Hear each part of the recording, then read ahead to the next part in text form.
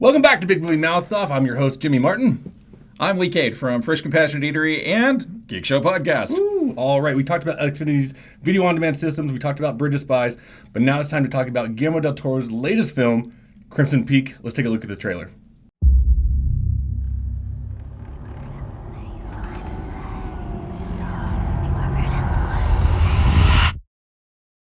Ghosts are real.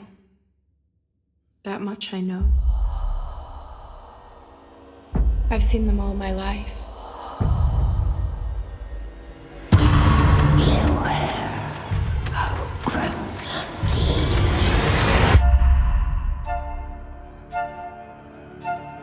Would you be mine? Edith, this is my sister.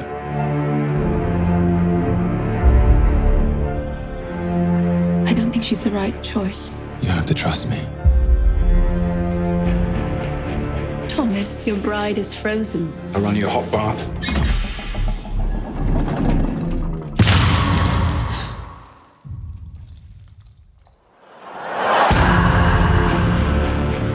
There are parts of the house that are unsafe.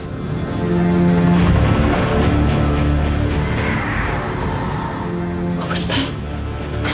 A house as old as this one becomes, in time, a living thing.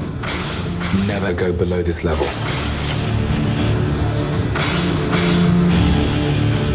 It starts holding on to things. Has anyone died in this house? Specific deaths, violent deaths. In your own best interest, proceed with caution.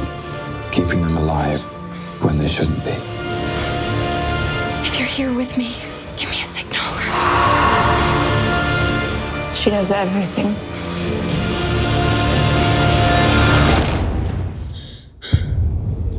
Do we have to do this?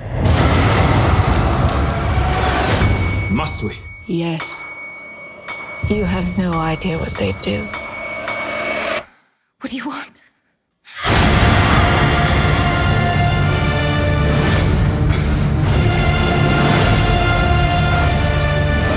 I have to leave. You have nowhere else to go. This is your home now.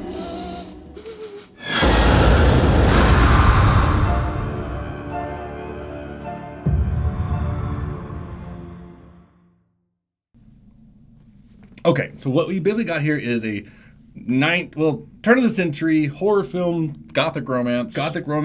kind of a slasher, maybe a little bit. Tandoori barbecue. So our lead actress is Mia Wasikowska. Hopefully I said that right. She's Alice from Alice in Wonderland. Yeah. And she basically, I'd say befriends, kind of falls in love with an entrepreneur. A baronet. Baronet. Which is, look it up. You won't be so lucky. So That's right. Played by Tom Hiddleston. So one thing leads to another. I don't want to ruin much, but let's just say after a tragic death, they move across the pond. yeah. into the estate of Tom Hiddleston, and who also lives in the house with them is Jessica Chastain.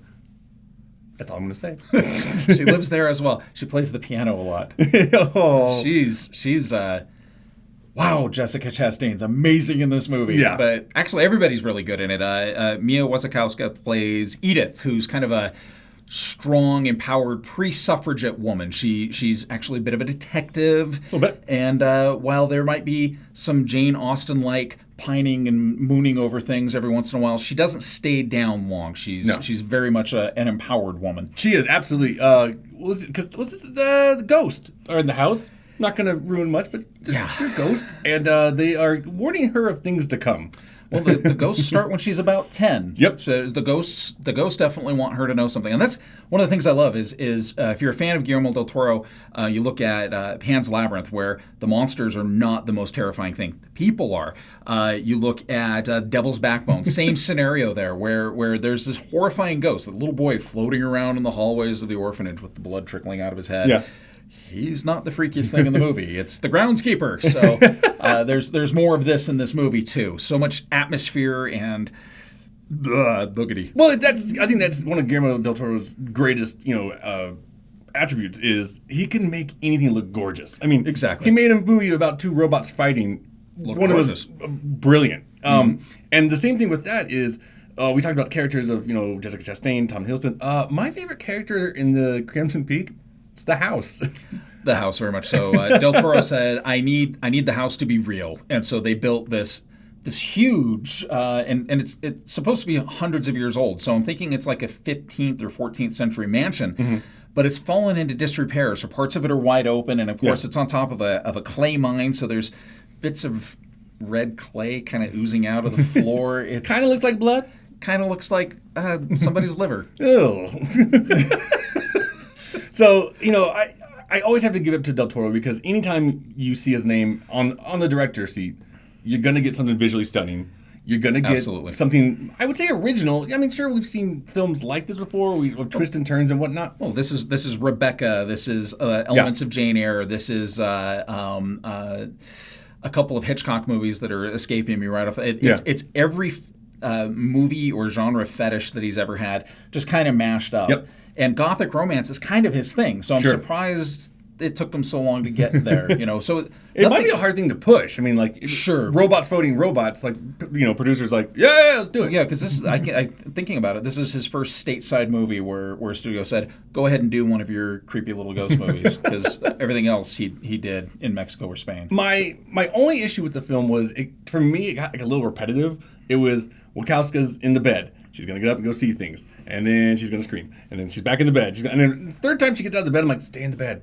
Nothing's good out there. So No. But that's actually when Jessica Chastain comes in and creeps things up. That's true, too. She's very creepy. That's true, too. I'm at about a 3.5 star range. I enjoyed the hell out of it. I'm 6 out of 4 stars because I love Guillermo del Toro. Just blew right through that ceiling. I'm surprised that never happened. So that'll do it. Guillermo del Toro knocks it out of the park again. Crimson Peak, 3.5 stars for me. 6 out of 4, which is not even possible, but he did it. I'm easy with a visual movie. So there you have it. Thanks for watching this episode of Big Movie Mouth Off. We will be back next week with what we talked about earlier, Jim and the Holograms. That's the scariest movie of all. And Steve Jobs. So we'll see. I think one's going to be better than the other. Sometimes I don't envy your job. We'll see you next time.